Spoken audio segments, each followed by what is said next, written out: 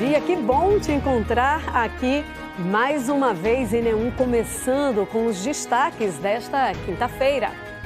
Bandidos entraram em um clube de tiros em São Lourenço da Mata. 10 armas foram levadas, além de munição e outros objetos. Uma pessoa foi presa. Temos equipe ao vivo no local para trazer mais informações. Tem operação da Polícia Civil para desarticular uma quadrilha de tráfico de drogas, homicídios e lavagem de dinheiro usando empresas clandestinas de internet. Vamos falar sobre vandalismo também. Em 6 meses, mais de 2.000 ocorrências desse tipo foram registradas aqui no estado. E todo mundo paga a conta pelo conserto. Outro assunto são os afastamentos de motoristas de ônibus de transporte público. O sindicato da categoria registrou 200 afastamentos só neste ano por problemas psicológicos. Pensão alimentícia de terceiros. Vamos explicar em que casos outras pessoas da família podem ter que assumir o compromisso no lugar do pai ou da mãe. E quem são esses parentes? Tem especialista hoje com a gente para falar sobre a relação das pessoas com a autoimagem, com o próprio corpo. A forma como a gente se vê pode levar a transtornos alimentares. Na sua casa, você faz pequenos reparos constantemente ou espera juntar vários serviços ou ter um problema maior? Com planejamento, você economiza com a manutenção da sua casa. Simbora, que o Enem1 está no ar. Agora, 11h49. É só andar um pouquinho para ver cenas de vandalismo em vários lugares das cidades. Pontos de ônibus, praças. A Passarela Nova do Curado é alvo constante, tá? A gente mostrou na semana passada aqui no Enem1. Mas o que será que motiva as pessoas a destruírem equipamentos públicos? Bancos quebrados em praças, pontos de ônibus depredados, pichações em monumentos. Cenas que se repetem em diferentes áreas do Recife e da região metropolitana. Na Praça do Derby, sinais de vandalismo estão no parquinho e nas paradas de ônibus convencionais. As portas da estação de BRT nem fecham mais. Cadê os banquinhos para sentar? Que a gente fez para o ônibus em pé? Antigamente tinha, né? Antigamente tinha. Barraquinha aqui, tinha tudo, agora acabou tudo. Tinha banco, tinha tudo, a gente sentava, ficava bem à vontade, né? Hoje as coisas muito diferentes, né? A segurança é pouca, né? A gente sai de casa, rezar para chegar em casa e agradecer a Deus para correr atrás do pão de cada dia. Os espaços públicos são de todos. Ruas, praças, parques e equipamentos urbanos existem para beneficiar a população. Essa passarela da BR-232, próximo ao Atacado dos Presentes, é nova. Foi construída para dar mais segurança a quem precisa atravessar a rodovia neste trecho do bairro do Curado, na Zona Oeste. Mas, há poucos meses de instalada, já apresenta sinais de vandalismo. Tem iluminação, tinha, mas tiraram, né? Porque o furto de fio é muito grande ainda no Recife ainda. Reflete na educação do povo, porque é um dano muito grande, né? Você vê que a fiação exposta pelo chão é grande. E também outra coisa, a punição que não tem. A iluminação dela não existe mais. Apenas 2 postes que ficam nas calçadas iluminam a passagem. Esse vídeo foi gravado pouco tempo depois dos fios serem arrancados. Reinstalado tudo de novo, já está todo esculhambado. Ó, aqui, arrancado, vandalismo. Sinais de furto de fios e cabos estão espalhados em vários pontos da cidade. Essa e tantas outras situações causam revolta nas pessoas que prezam pelo patrimônio coletivo. Eu acho que o bem público é muito importante para toda a população, né? Não cuidar é questão de vandalismo. Teria que cuidar não só uma passarela dessa, mas como tudo, né? A lixeira a gente não tem, que deveria ter, mas assim, não tem, eu acho que já houve, mas os vândalos acabam destruindo. Quando bens públicos são danificados, o prejuízo não fica só na paisagem. Compromete a segurança, dificulta o uso desses espaços e, no fim das contas, é a população que paga pelos reparos, por meio dos impostos. Pela legislação brasileira, destruir ou danificar patrimônio público é crime e pode resultar em detenção de 1 a 3 anos, mais multa.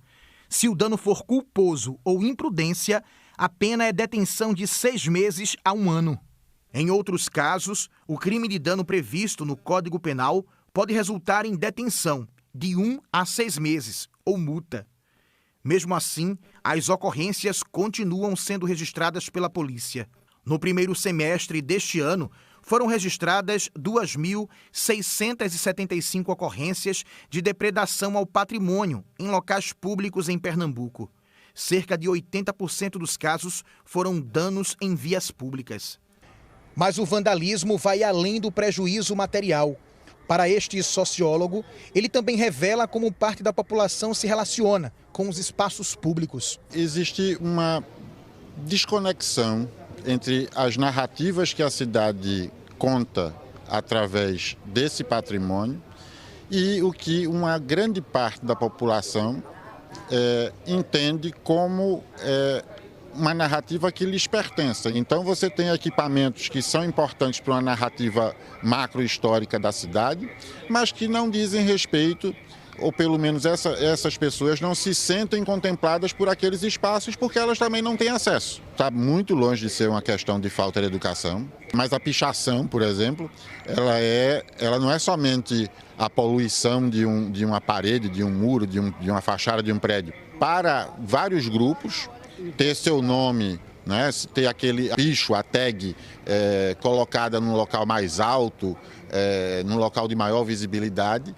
embora essas pessoas sejam anônimas para a gente que passa e observa a pichação, ela é reconhecida pelo grupo de pares. Então isso traz o elemento da busca por direito à cidade. Ela tem um conteúdo político, ela tem um conteúdo cultural, identitário, da busca de reconhecimento e faz parte, vem muito em consequência dessa desconexão que a gente fala do início, né? Daquilo que a cidade apresenta como sendo o seu cartão postal e que a maior parte da população não tem acesso.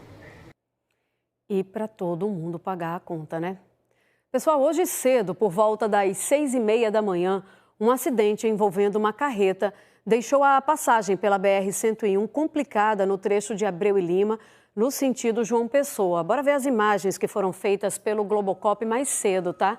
De acordo com a Polícia Rodoviária Federal, o motorista disse que passou mal, perdeu o controle e aí ele bateu numa Kombi, numa árvore e numa parada de ônibus. Foi um susto danado, né? Mas ninguém ficou ferido e o condutor do caminhão não precisou ser socorrido.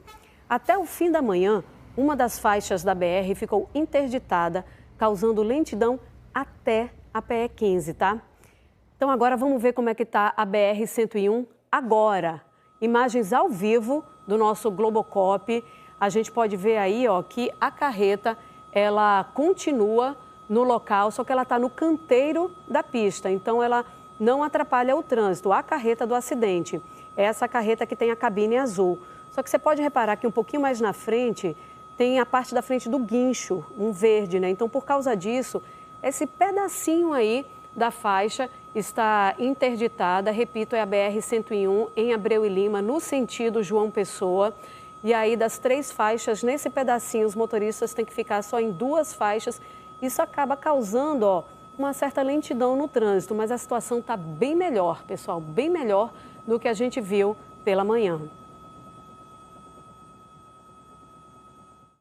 E vamos seguir agora pelo trânsito de carona com a nossa Globomoto e o repórter cinematográfico Elvis Lopes, que passa agora pela PE 22 em Paulista.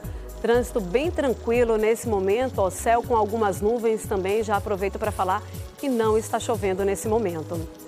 E agora vamos para outros pontos da região metropolitana do Recife. Primeira parada, Agamenon Magalhães. Essa câmera fica aí, ó, perto do cruzamento com o Paissandu.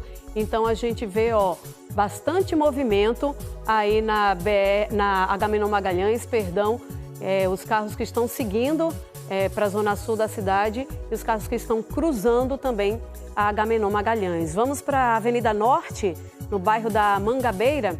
A gente vê agora, ó, o trânsito bem tranquilo nesse momento, nos 2 sentidos da Avenida Norte. Agora a Pan-Nordestina para você. Em Olinda, lado direito, direção ao Recife, lado esquerdo, direção à Paulista. a gente também vê bastante movimento, principalmente em direção ao litoral norte, né? Mas nenhuma ocorrência de trânsito que a gente consiga identificar por esta imagem. E hoje é feriado em Olinda, pessoal, porque é o dia de São Salvador do mundo. E a gente vê agora imagens aéreas da cidade feitas pelo repórter cinematográfico Ezequiel Quirino. Ele está em Bairro Novo, onde fica a paróquia Nossa Senhora de Fátima. Mais tarde tem homenagem por lá. Às 5 horas da tarde tem procissão com andor saindo da igreja e depois, às 7 da noite, vai ser celebrada uma missa pelo arcebispo de Olinda e Recife, Dom Paulo Jackson. Fica aqui, ó, o nosso desejo de um dia bem celebrado na cidade. Os nossos parabéns a Marindos Caetés. Estamos a menos de 2 meses do primeiro turno das eleições e é muito comum haver mudança nos locais de votação, né? Você pode acompanhar essas alterações pela página do Tribunal Regional Eleitoral de Pernambuco pela internet. O endereço vai aparecer aí agora para você acompanhar junto com a gente. É o tre-pe.jus.br. Lá as notícias vão sendo colocadas à medida em que a Justiça vai determinando. E você também pode acompanhar essas informações pelo seu e-título. Muita gente baixou o aplicativo, né, nas eleições passadas, só que aí acaba apagando, né? Muita gente acaba apagando do celular. Você já pode se organizar novamente, baixar o aplicativo, é de graça e por lá você tem acesso ao seu título de eleitor pelo celular, o que fica bem prático, né? E confere outras informações também. Você pode confirmar, por exemplo, o seu local de votação.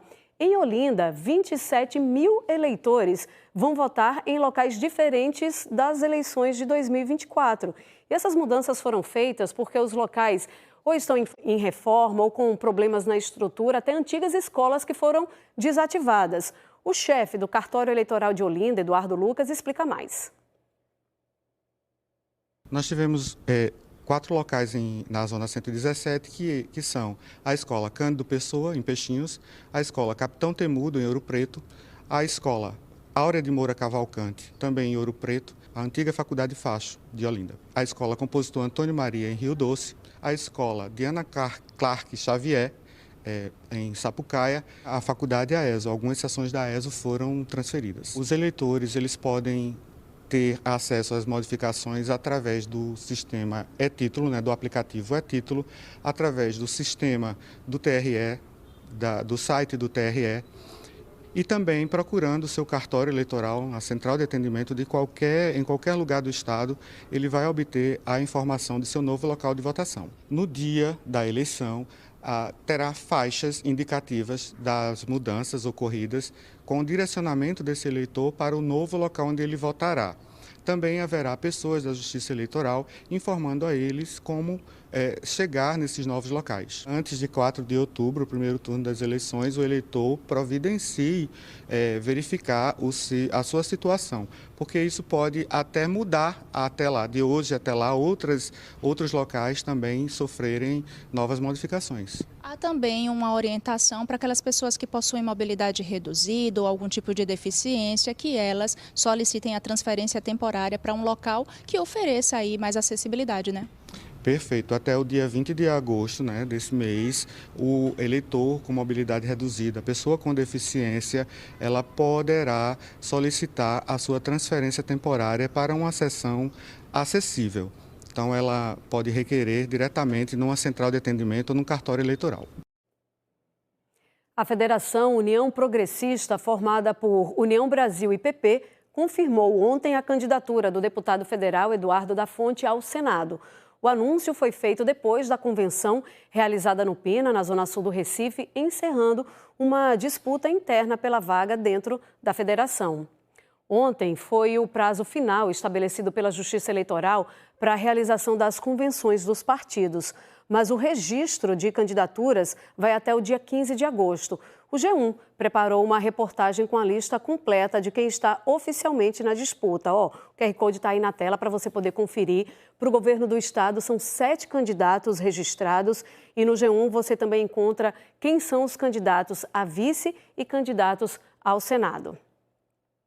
Em Inajá, no sertão do estado, tem um grupo em clima de celebração.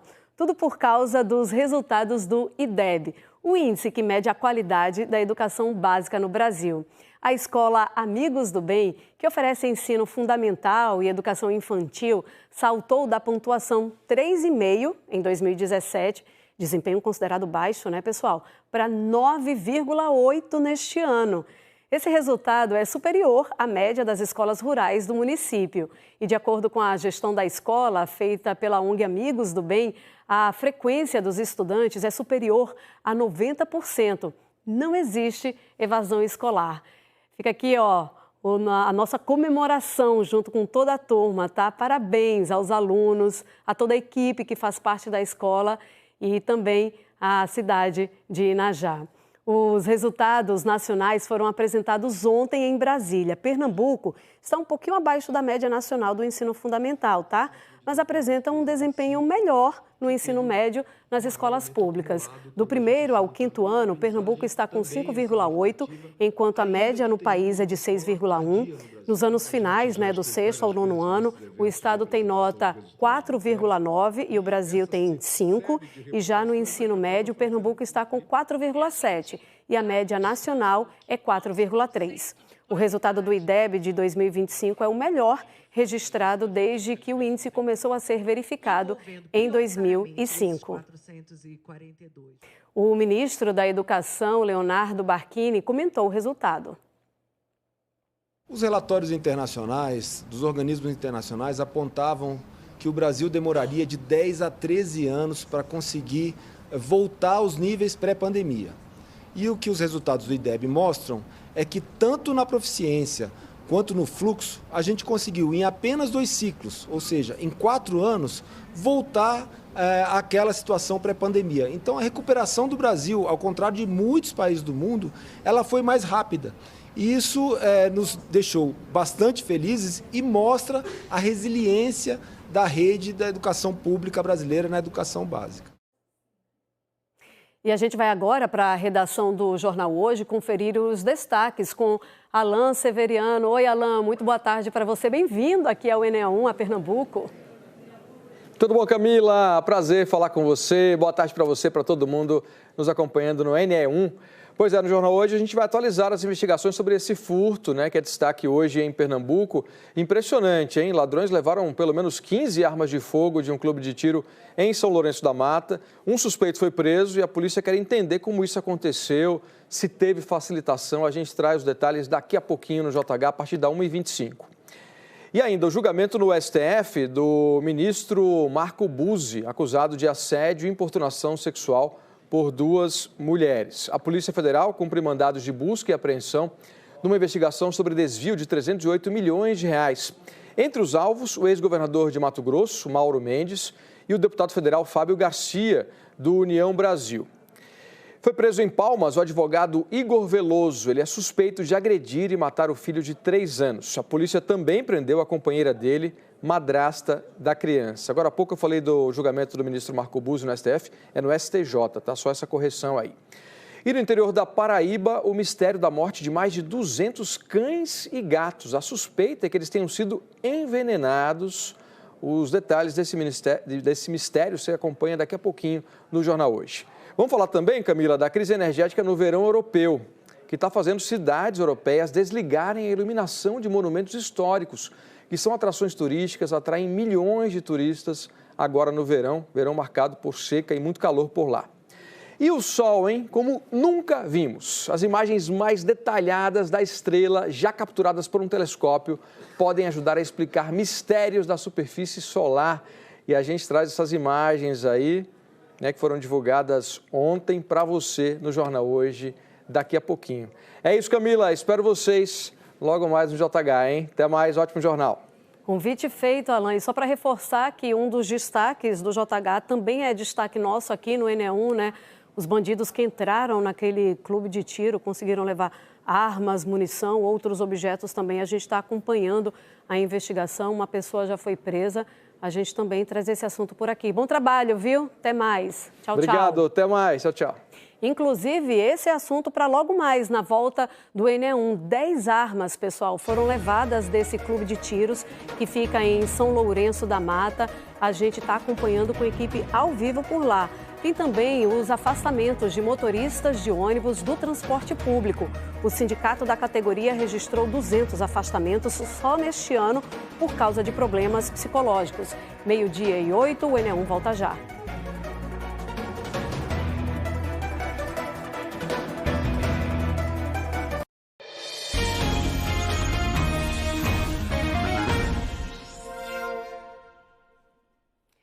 ENE1 de volta, hein? Agora, 12h12. A gente já vai conversar ao vivo com Daniele Fonseca, que tem informações que interessam a todo mundo, porque ninguém gosta de ser pego de surpresa com problemas do dia a dia de uma casa, né? Infiltração, mofo, curto-circuito, vazamento. É chato, dá trabalho, custa dinheiro e dinheiro nem sempre está na mão. Mas dá para evitar os imprevistos com planejamento, focando na manutenção, né? Inclusive manutenção que pode até significar economia, né, Daniele? Boa tarde.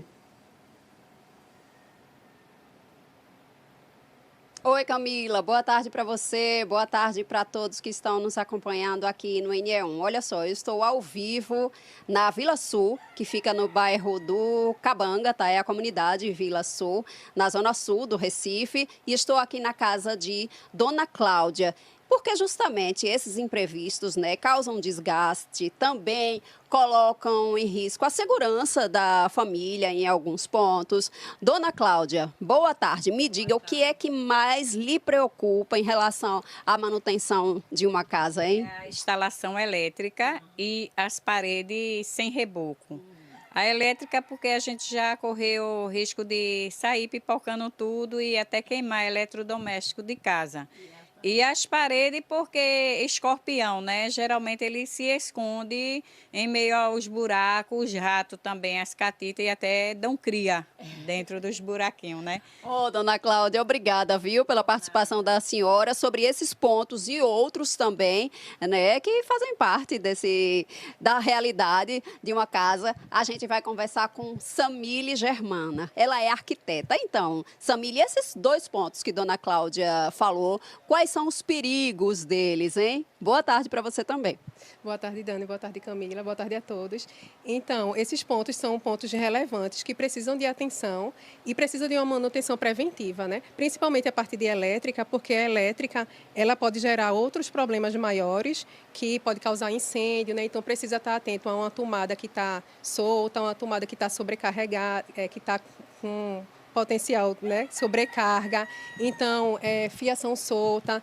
Essa parte de elétrica é um dos principais pontos que precisam de mais atenção em relação à manutenção. Ela também citou a parte da ausência de reboco, né, que além disso que ela falou sobre bichos, né, insetos que podem causar, tem a questão da infiltração também que pode acontecer. Pois é, sobre infiltração, Bruno Campos vai mostrar a imagem lá do banheiro aqui da casa de Dona Cláudia. Quais são os maiores alertas que você faz?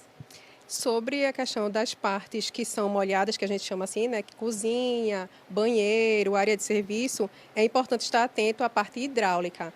Questão de sifão, ralo, um vaso que possa estar solto ou escorrendo a água que não pode estar percebendo, né? O morador pode não estar percebendo e aí pode gerar outros problemas maiores. É importante ter essa manutenção e esse olhar atencioso. Agora, Samile, você falou muito aí em manutenção, né? Inclusive a preventiva, antes do problema acontecer.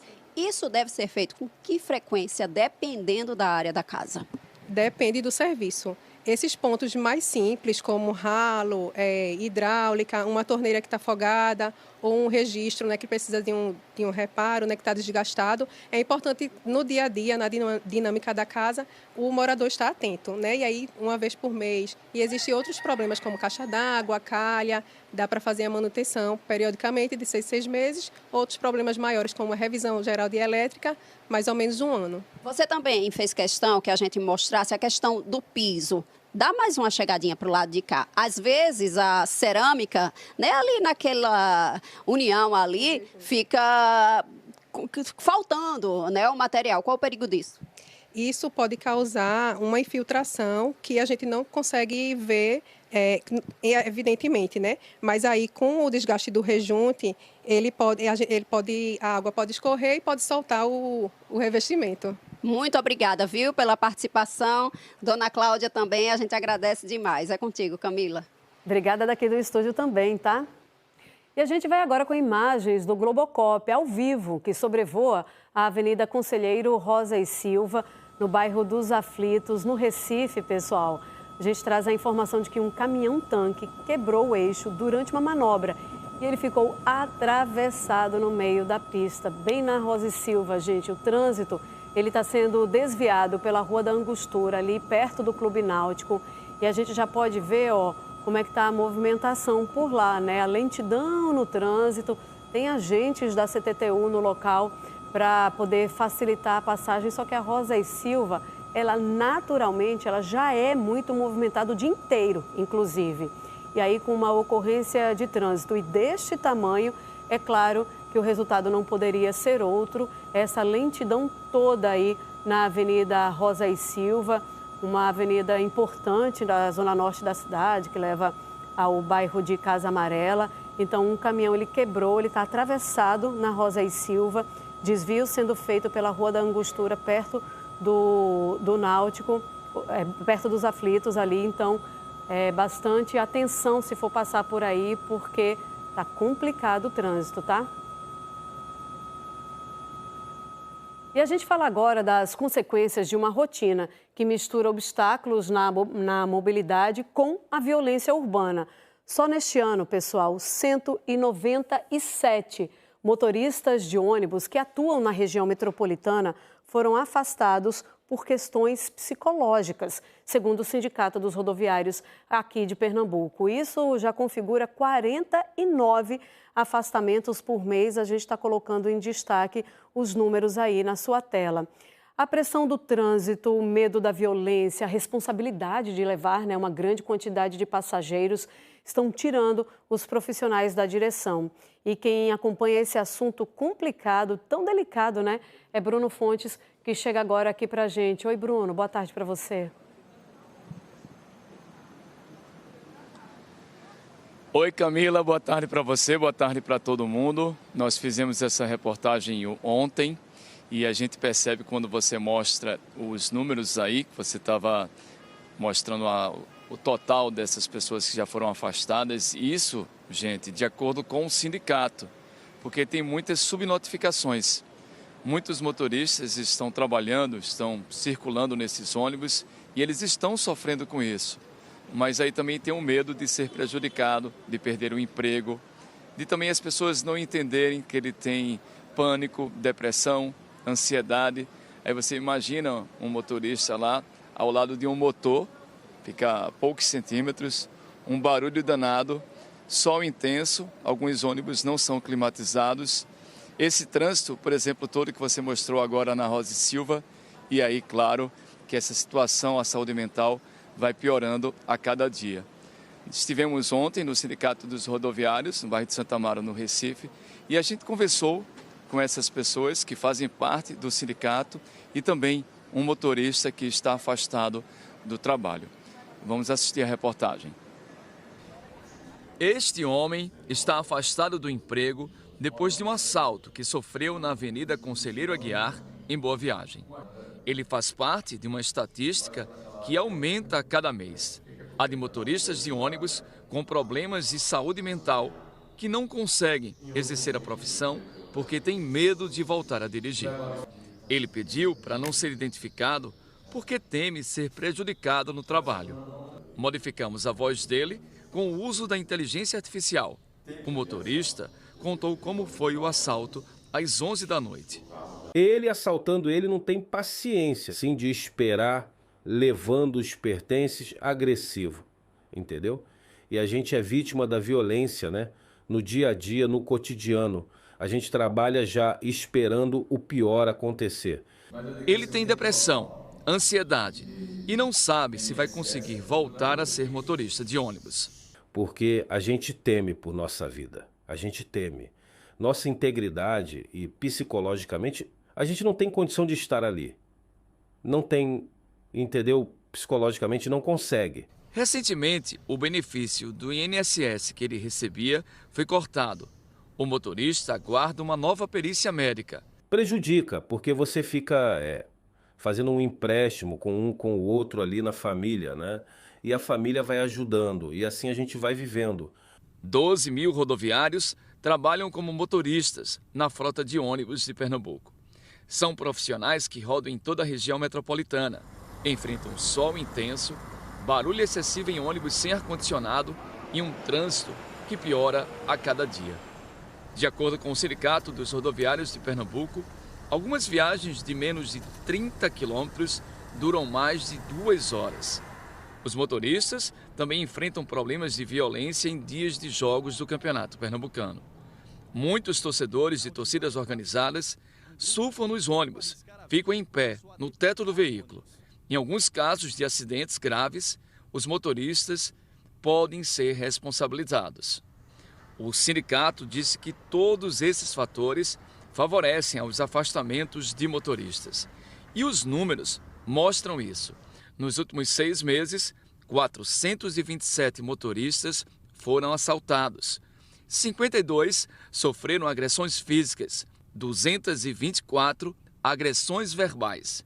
Os rodoviários eles são os primeiros a saírem de casa e os últimos a chegarem. Deixa todo mundo no seu destino.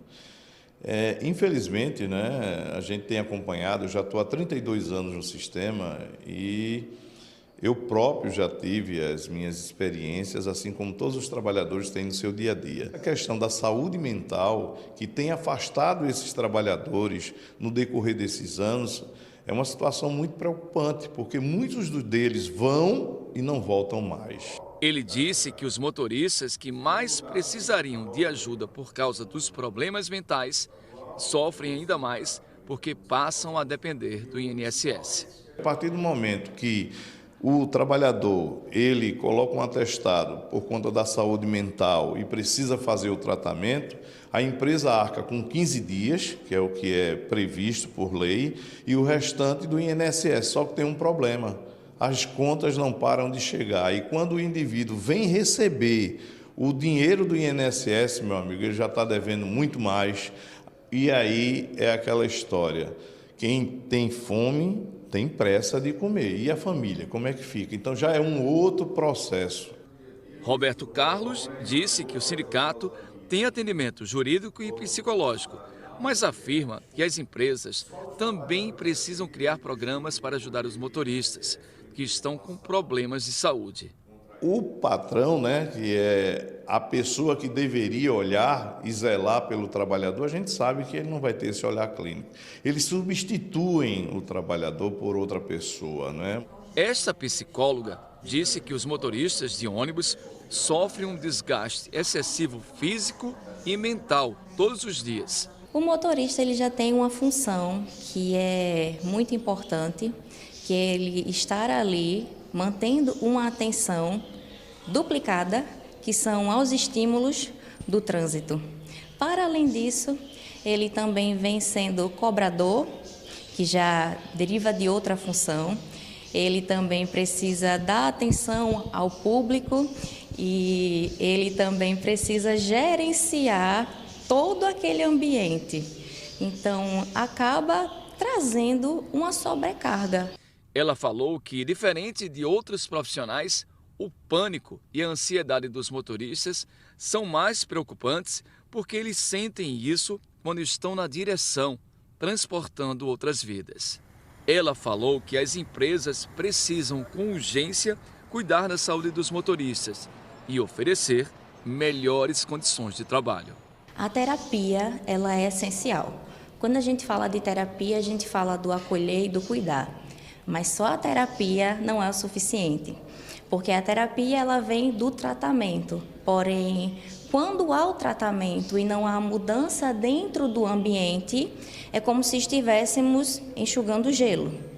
Então, é necessário que que tenha, né, um local de descanso adequado para esses motoristas, é necessário que tenha uma flexibilidade de horários, porque Recife, o trânsito é imprevisível. Como sabemos que o trânsito de Recife é bem caótico, existem muitas possibilidades que as empresas elas podem estar colocando dentro de pautas para que possam ser passadas à frente e estabelecidas até para a melhoria da saúde mental dos motoristas, porque afinal precisamos deles.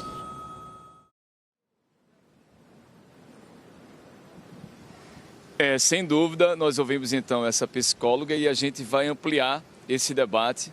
Nós convidamos Elaine Aguiar, também é psicóloga dos recursos humanos de uma dessas empresas que integra o Grande Recife Consórcio de Transporte. É uma empresa também que tem alguns profissionais afastados, mas eles conseguiram diminuir esse número. Eles começaram então com programas e a gente quer exatamente que ela conte quais os programas que eles estão tendo, essas alternativas, para evitar que outros profissionais também tenham esses problemas de saúde mental. Elaine, muito obrigado por estar aqui conosco. Você estava me contando... Boa tarde, prazer. Você estava me contando que dessa frota de 1.100 trabalhadores, 1.100 profissionais, 4 estão afastados. O que é que vocês estão fazendo para que evite outros casos e também para que esses 4 profissionais voltem a trabalhar? Boa tarde. Boa tarde a todos. A gente busca trabalhar sempre com o preventivo. Então, a gente acredita nas pessoas, o nosso foco é as pessoas. A gente diz que é uma empresa de transporte, mas feita de pessoas para pessoas. Então, a gente trabalha o cuidado emocional durante todo o ano. Desde as campanhas de sensibilização com Janeiro Branco, Setembro Amarelo, no acompanhamento também, a gente tem um canal 0800 para todos os nossos profissionais que se estende aos seus familiares. Então, quando a pessoa tem alguma questão que o aflige, que tira o sono, que impacta a vida dele, porque não só o trabalho, mas as relações pessoais, as relações financeiras, tudo isso impacta as pessoas. Então, a empresa busca dar esse suporte, esse apoio. Para além disso, a gente diz que cuidar da mente não é só da mente, a gente precisa cuidar do ser como um todo. Então, a gente busca também um apoio para questões de saúde física. Então, a gente incentiva os nossos profissionais a caminhar, a ter uma alimentação saudável. E essas campanhas vão acontecendo todo ano, todos os meses, de maneira preventiva, para que esse cuidado seja ampliado. Desculpa, Elaine. Vocês têm práticas de exercícios físicos dentro do pátio da garagem? Eu vi que o local é bem grande. Vocês também fazem essas atividades e saem para caminhar? A gente tem algumas ações assim, quando a gente faz as ginásticas laborais dentro da empresa. Então, periodicamente, semanalmente, a gente tem ações de ginástica laboral. Mas as caminhadas, como a nossa garagem, né, tem ali circulação de veículos, a gente faz a garagem um ponto de encontro e a gente circula dentro de faixas específicas, né? Dentro da cidade que a gente atua, tem praças, tem uma área para caminhada, então a gente faz isso nos lugares adequados. Vocês conseguem identificar quando um profissional começa a ter algum problema de saúde, eles contam, vocês dão essa abertura, até para que ele tenha confiança que pode contar e não ser prejudicado? Com toda certeza. A gente busca capacitar as nossas lideranças. Então, a gente capacita o nosso líder para que ele tenha esse olhar sensível e comece a observar. As pessoas vão dando sinais, né? Se a pessoa está sempre muito animada no trabalho, começa a ficar um pouco mais tristonho, o que é que está acontecendo? Se tem alguma coisa impactando eles, então a gente prepara a nossa liderança, que fica mais próximo dessas pessoas, para que eles tenham esse olhar. Visto isso, eles buscam o apoio especializado, né? Vem para o RH e a gente faz as orientações e encaminhamentos. Eu agradeço demais a sua participação, que todas as empresas também tenham essa preocupação, porque são profissionais que ajudam a vida da nossa cidade, né? Esse transporte. Olha, nós também cobramos uma resposta do Grande Recife Consórcio de Transporte, que ele tem, então, a fiscalização com todas essas empresas que rodam aqui na região metropolitana. Eles destacaram que eles fiscalizam, sim, inclusive as condições de trabalho desses profissionais, mas também ressaltaram que essa responsabilidade, esse vínculo empregatício é diretamente dessas empresas com esses profissionais. Mas eles disseram que vão fiscalizar. E eles falaram também que agora esses profissionais têm direito a plano de saúde. A gente sempre vai cobrar isso aqui, Camila, porque não é um número pequeno, né, que você mostrou agora, que nós trouxemos aí desses profissionais que estão afastados pelo INSS, os motoristas de ônibus. Eu volto com você. Um tema bastante sensível, né, Bruno? Porque Primeiro de tudo, é preciso cuidar da saúde desse trabalhador, claro, e cuidar da saúde do motorista é cuidar da segurança de todo mundo que está no transporte público. Muito obrigada, tá? Os primeiros responsáveis por crianças e adolescentes são os pais e as mães. Quando os filhos são criados por pais separados, o mais comum é que um deles pague pensão alimentícia. Em algumas situações, outras pessoas da família podem ter que assumir esse compromisso. Vamos ver como é que funciona a pensão alimentícia de terceiros, com Daniele Fonseca, que está com um advogado. Boa tarde de novo, Daniele. Boa tarde também, Camila. Quem está aqui comigo para responder a essas perguntas é o advogado Arthur Pessoa. E olha, geralmente quem paga essa pensão alimentícia são parentes mais próximos, né? Depois dos pais, obviamente. Então, vamos chamar Arthur aqui para essa conversa. E então, quem é que define? E em quais situações, de um modo geral, isso se aplica? Boa tarde. Boa tarde, Daniele. Boa tarde a todos. Veja, a premissa básica é que os titulares desse dever são os genitores, mas em algumas situações os genitores podem não conseguir, não poder por alguma razão, efetivar esse pagamento. Nessas situações existe uma cadeia prevista em lei que responde subsidiariamente. O principal foco secundário são os avós. Por isso, inclusive, existe uma pensão alimentícia que se chama alimentos avoengos. Outros parentes, como irmãos, também respondem. Mas aí a gente não ultrapassa para outra grau de parentesco. Por exemplo, tios, primos, aí já não responde. Arthur, geralmente, de um modo geral, é a mãe que vivencia essa situação. Ficou com os filhos e não está recebendo o pagamento da pensão alimentícia pelos pais. Como é que ela faz para ir em busca, para ir atrás dessa possibilidade da pensão por terceiros? Certo. Ela deve procurar um defensor público ou um advogado familiarista, apresentar a documentação que comprove as necessidades desse filho que ela está representando, também levar ao juízo as informações relativas aos rendimentos do genitor, certo? E fazer a solicitação.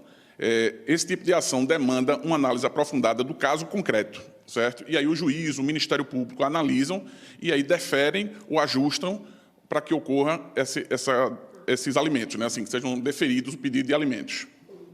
O valor dessa pensão, como ele é estabelecido? Certo, ótima pergunta. É a pergunta mais recorrente, inclusive. Não existe um valor certo, não existe um percentual certo. O que existe é um princípio norteador, que é um trinômio: necessidade, possibilidade e proporcionalidade. Necessidade de quem recebe, possibilidade de quem paga e proporcionalidade entre as partes.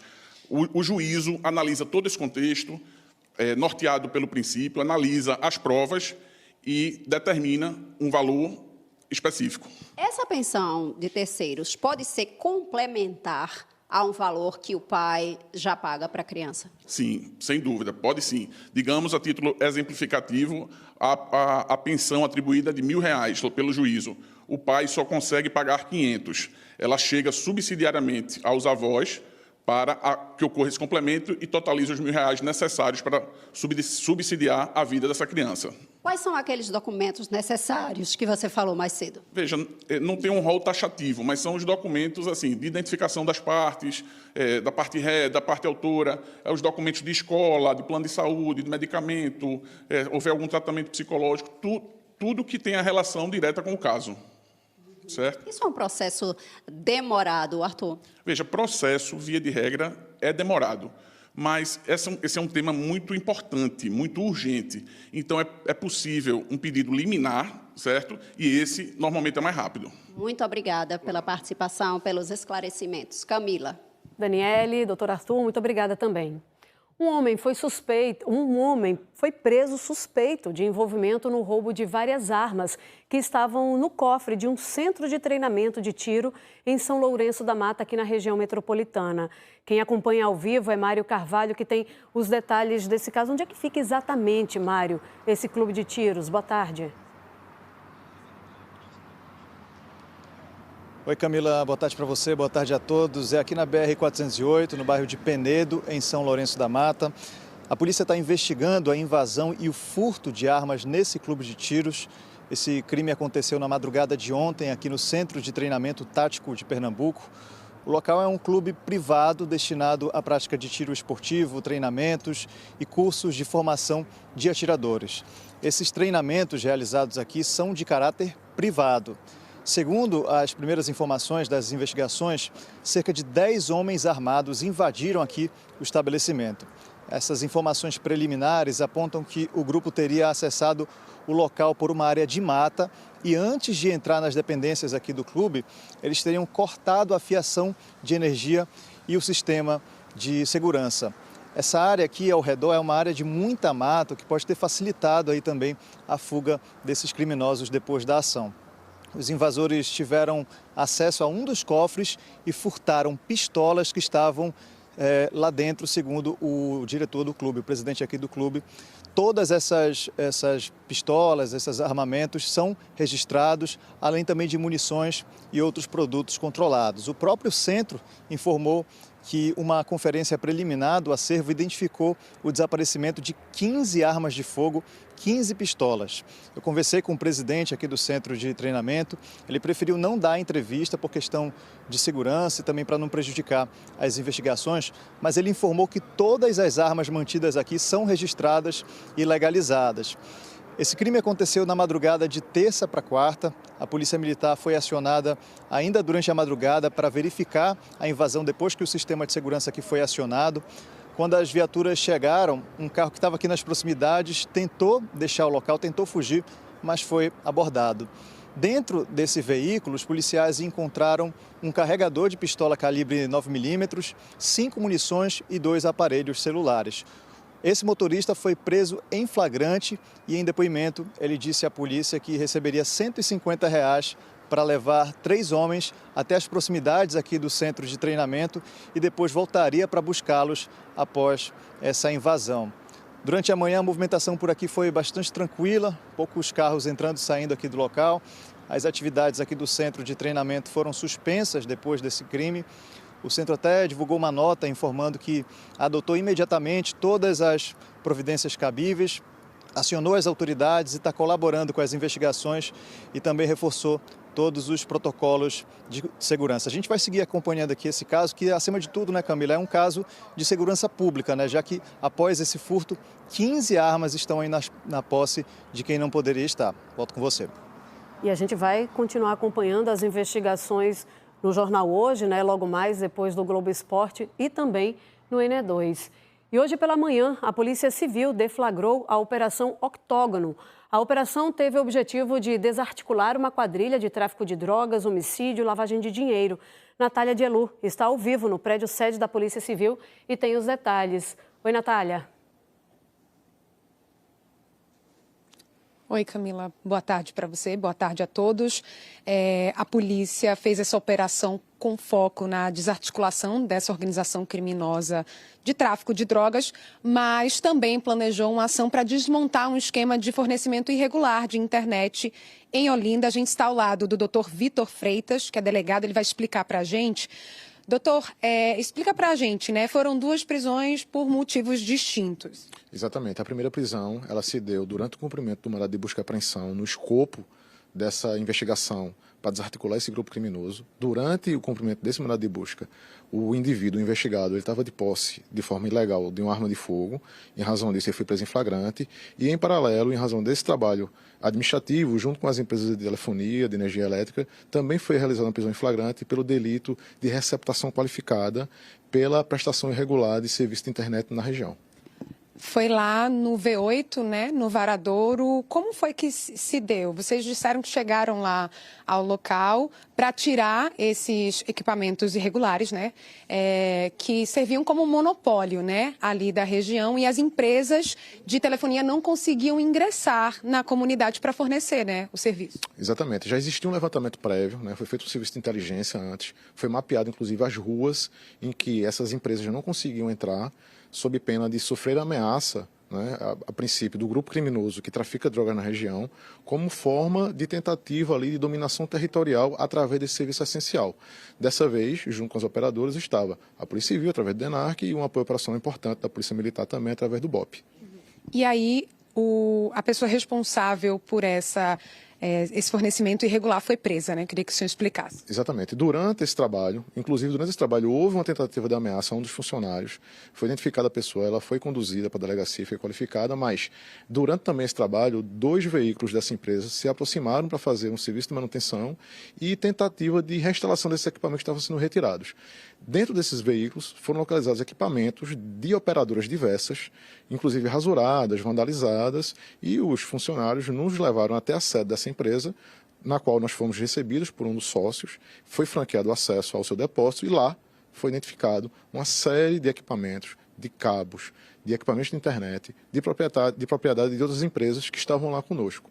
Identificado, o proprietário não conseguiu justificar a origem daquele material, ele foi conduzido à delegacia e foi autuado pelo delito de receptação qualificada. Existe uma relação direta com o tráfico de drogas e esse monopólio, né, esse fornecimento irregular da internet? Não podemos afirmar nesse momento que existe uma relação direta desse indivíduo que foi preso, o proprietário da empresa, com o tráfico de drogas. No entanto, existe um padrão de monopólio, de território desses serviços essenciais. Isso aí vai ser objeto na sequência das investigações. O homem que foi preso com a arma, né, de forma ilegal, ele já tinha antecedentes criminais. Essa outra prisão que a gente está explicando para vocês, que foi exatamente sobre a operação contra o tráfico de drogas, essa prisão aconteceu em Piedade, né? Exatamente. Esse sim, diretamente relacionado com o grupo criminoso. É uma pessoa que já praticou, já foi condenada, inclusive, já exerceu essa prática em outras situações do crime de tráfico de entorpecentes, de homicídio também, objeto da busca e apreensão, foi preso em flagrante, e esse sim exerce ali, talvez, inclusive, um papel de liderança desse grupo investigado. Certo, doutor, muito obrigada pelas informações. A operação segue ainda. A gente volta com você, Camila. A gente acompanha, claro. Muito obrigada. A gente falou ontem aqui no NE1 sobre a morte por afogamento de um idoso de 79 anos na Praia de Piedade, em Jaboatão dos Guararapes. Ele foi retirado da água pelas pessoas que estavam na praia e um tempo depois chegou o socorro especializado, né? Numa situação como essa, o que fazer até os bombeiros e o SAMU chegarem ao local? Gustavo Ferreira está no quartel dos bombeiros para trazer essas orientações para a gente. Gustavo? Oi, Camila, boa tarde para você, boa tarde a todos. Eu estou aqui ao lado do aspirante Andrade, que é oficial de salvamento aquático, e também do sargento Gildo, que é guarda-vidas do Corpo de Bombeiros Militar aqui de Pernambuco. A gente vai fazer um tutorial básico, aqueles que a gente já mostrou algumas outras vezes, né, aqui no NE1, mas é importante seguir desde o primeiro passo. E aí, aspirante, muito boa tarde, obrigado por receber a gente. Vamos explicar qual é o primeiro passo. Viu alguém se afogando, o que tem que fazer de cara? Boa tarde. Boa tarde, Gustavo. Boa tarde a todos. A princípio, né, nós temos que evitar, o contato corpo a corpo. Inicialmente, primeiro passo, já pede ajuda, chama o 93, liga para o Corpo de Bombeiros, que vai deslocar as viaturas, certo, para dar esse suporte, não é? E nunca tentar abordar na mão. Sempre fornecer flutuação, jogar algum objeto. Não é para que boia, alguma coisa flutuando? Justo, uma boia, um pedaço de isopor, alguma coisa, jogar uma corda. Evitar o contato corporal, porque nisso aí que muitas vezes acontecem os acidentes. E aí a pessoa que está se afogando pode acabar levando quem foi tentar salvar, né? Isso é um risco. Isso, muitas vezes você vai tentar ajudar e você não tem a técnica necessária, e aí termina que a pessoa que tenta ajudar se torna mais uma vítima. Vamos lá, enquanto o socorro não chega, né, já considerando que a vítima aqui, no caso, o afogado está sendo representado aqui por esse boneco, está inconsciente, né? O socorro está vindo, já foi chamado. Qual é o procedimento com ele? Eu conto com a ajuda também do senhor sargento. Vamos lá, salvamento, como é que faz? Pronto, a primeira coisa que a gente deve fazer sempre é acionar o Corpo de Bombeiros.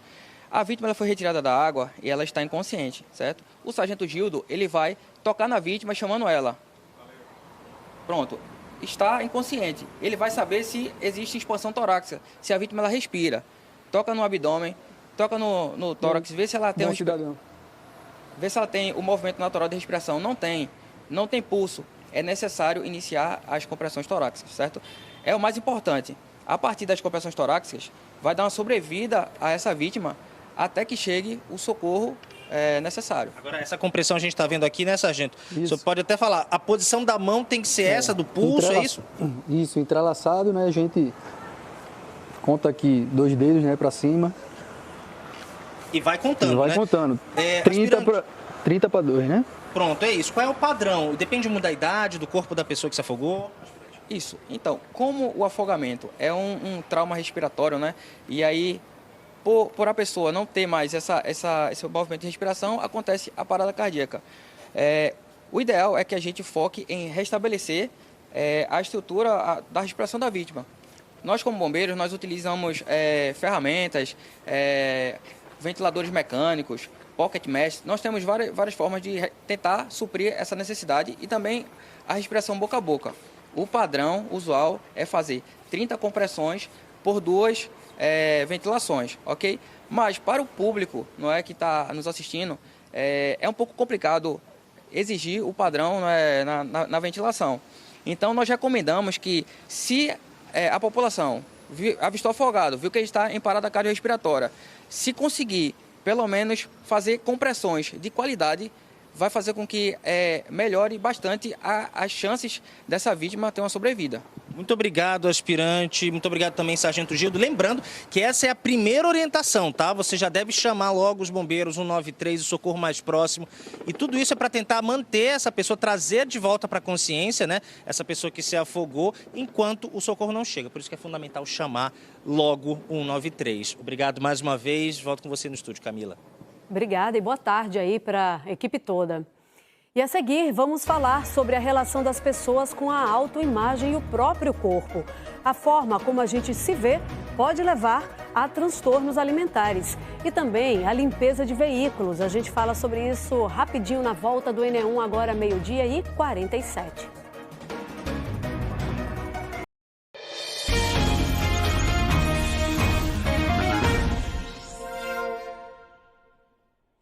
Agora, 12h51, NE1 de volta para falar de carro limpo. Porque seja para passear com a família ou para quem trabalha dirigindo carros de aplicativo, né, pessoal? Manter a higiene do veículo é muito importante. Não só pelo conforto, mas para manter a vida útil. Só que nem sempre dá para lavar nos locais especializados. E a rotina de limpeza precisa ser feita em casa. Nessa hora, é preciso ter atenção. Existem alguns cuidados importantes para evitar danos. E a gente agora confere quais são na reportagem. Para muita gente, a limpeza do carro começa em casa mesmo. É o caso do Diego, que separa os produtos, os baldes e faz questão de cuidar do veículo por conta própria. Geralmente eu lavo o carro de 15 em 15 dias e os produtos que eu utilizo são básicos mesmo, que eu comprei na internet, produto de kit de limpeza mesmo, básico, só para manter a limpeza do carro em geral. É durante a lavagem do carro que alguns erros podem acontecer. A sequência da limpeza, o uso de alguns produtos podem trazer manchas, riscos e arranhões para o veículo. Antes de começar a lavagem, Diego sempre verifica se há algum resíduo na lataria, como areia, para evitar riscos na pintura durante a limpeza. Eu tomo muito cuidado, né, por conta da pintura, né? Geralmente eu tiro antes a poeira, depois jogo uma água, né, para poder tirar o grosso da terra. E aí depois eu venho com a espuma devagarinho, né, com a esponja ideal para não arranhar o carro, para também ter uma boa lavagem. Uma dica importante é começar pelo enxágue, usar sabão específico para automóveis e lavar a carroceria sempre de cima para baixo. Já as partes mais sujas, como as rodas e os para-choques, devem ficar por último. Se pegar o carro com lama e depois só passar um sabão por cima, possa ser que a bucha arranhe bastante o carro e possa ser que gere um problema pior futuramente. Tem que passar uma máquina, uma revitalização, é um serviço mais caro para o cliente. Guilherme trabalha com estética automotiva há 10 anos e explica que alguns cuidados simples fazem toda a diferença para manter a pintura protegida e aumentar a vida útil do veículo. A parte de externa do carro é a parte estética, né? A parte interna é a tua saúde. Saúde a gente só tem uma. Então, assim, tá chovendo ou tá fazendo sol, a parte interna tem que estar sempre limpa. Por quê? É sua saúde, a saúde da sua esposa, a saúde dos seus filhos. Então, para isso, precisa realmente ter essa consciência de estar sempre o carro limpo. Realmente, a parte externa é mais visual. Porém, se você deixar com acúmulo de sujeira, vai estar sempre gerando a parte de picho no carro. Com isso, vem o ferrugem. Então, para você manter o seu carro limpinho, manter o seu carro novo, é sempre para fazer pelo menos uma higienização pelo menos no mês. E a gente muda de assunto agora para falar sobre um problema cada vez mais presente no nosso cotidiano. Eu estou falando dos transtornos alimentares. As causas são muitas e o tratamento precisa envolver profissionais que cuidam de saúde mental. Por isso que Bruno Fontes está agora com um psiquiatra para explicar para a gente as causas, os sintomas e os caminhos para sair dessa condição. Bruno. Isso passa a ter mesmo um problema de saúde, porque a pessoa vai mudando, tem uma estética de beleza, né? Isso muito influenciado agora pelas redes sociais e as consequências são sérias, tá? Muitas pessoas até morrem porque não querem mais comer esse padrão aí de beleza, que é um padrão errado. Quem estava conversando isso comigo e me explicando, o doutor Rafael Amorim, está aqui com a gente, ele é psiquiatra. Doutor, muito obrigado por estar conosco aqui, uma boa tarde para o senhor. Por que as redes sociais, esse problema é antigo dos transtornos alimentares, mas ele se torna ainda mais grave por causa das redes sociais? Boa tarde, Bruno. Obrigado. As redes sociais hoje, de fato, são um grande fator de risco, né, para transtornos alimentares. Já acontece com um adolescente, geralmente, as redes sociais é aquele ideal de beleza, então você vai ver muitas pessoas na magreza, naquela beleza ligada à magreza extrema, e acaba influenciando muito, né, esses adolescentes que ainda estão na formação da personalidade, que querem se inserir em grupos. E isso aumenta muito, né, a chance de incidência de um transtorno alimentar. Então, as redes sociais hoje elas são um grande precursores de transtornos alimentares, tá? Principalmente em grupos de adolescentes. O senhor falou para mim 3 pontos: bulimia, anorexia e a compulsão. O senhor poderia explicar até para as pessoas terem, assim, identificar, que elas possam também identificar em casa, nos parentes, nos amigos, que eles podem estar tendo esses problemas? Claro, tá. Esses 3 principais transtornos alimentares que a gente tem, tá? A anorexia nervosa, ela é um padrão muito mais de restrição, às vezes tem compulsão também, mas a anorexia é marcada pelo peso baixo, aquele IMC bem baixo, um peso muito perigoso, a gente consegue ver a nível estético, né? A bulimia, na verdade, ela é uma composição, ela tem compulsões e a pessoa tem comportamentos para compensar essa compulsão, então pode ser vômitos, pode tomar remédios, essas canetas emagrecedoras, fazer jejuns longos ou muito exercício.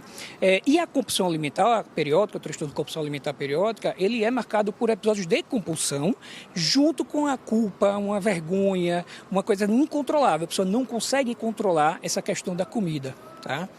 Como pode ser, doutor, esse tratamento?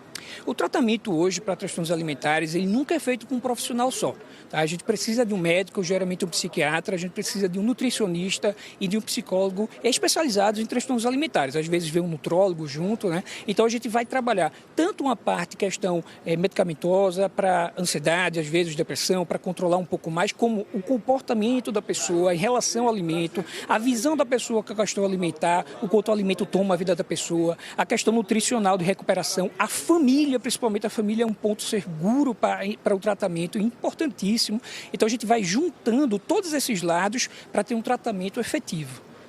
O senhor já teve, doutor, alguns casos assim que chamou a atenção, os pais sofrendo com filhas, com filhos, mas o senhor disse que é muito mais comum nas mulheres. Isso também mexe com a vida dessas pessoas? Mexe demais, sabe? Então, assim, casos de anorexia graves, né? Eu já peguei casos em que pessoas tinham IMC 12, 11, né? São casos para se internar, né? A anorexia é uma doença muito grave, né? Pode levar à morte.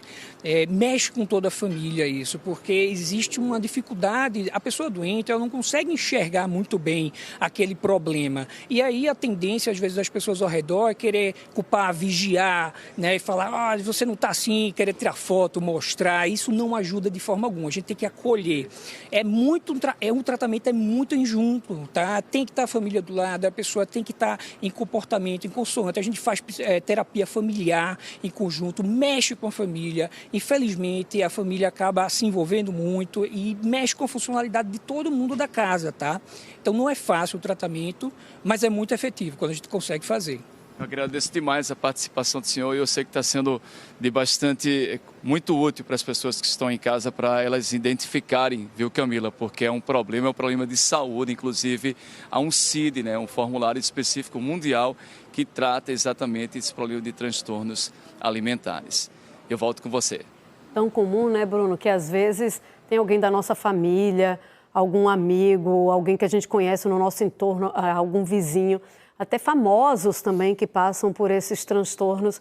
Realmente a gente precisa ficar de olho nessas informações. Muito obrigada, viu, aqui por trazer essa orientação tão importante para quem nos acompanha no NE1.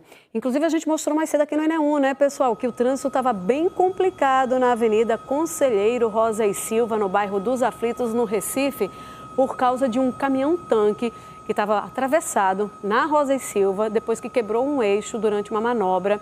E agora, a gente volta com imagens ao vivo do Globocop para poder atualizar essa informação para vocês. O caminhão, ele tinha quebrado bem perto do cruzamento com a Conselheiro Portela, tá? Mas aí agora a gente já vê que o trânsito na Rosa e Silva está normalizado. O caminhão, ele foi retirado do local, ele foi colocado no estacionamento de um prédio, então fora da avenida. O que a gente vê de movimentação na Rosa e Silva agora é mesmo pela quantidade de gente passando por lá, tá? A gente vai ficando por aqui. Você pode rever e compartilhar as nossas reportagens a qualquer hora no Globoplay. Tenha uma ótima tarde. Fique agora com o Globo Esporte.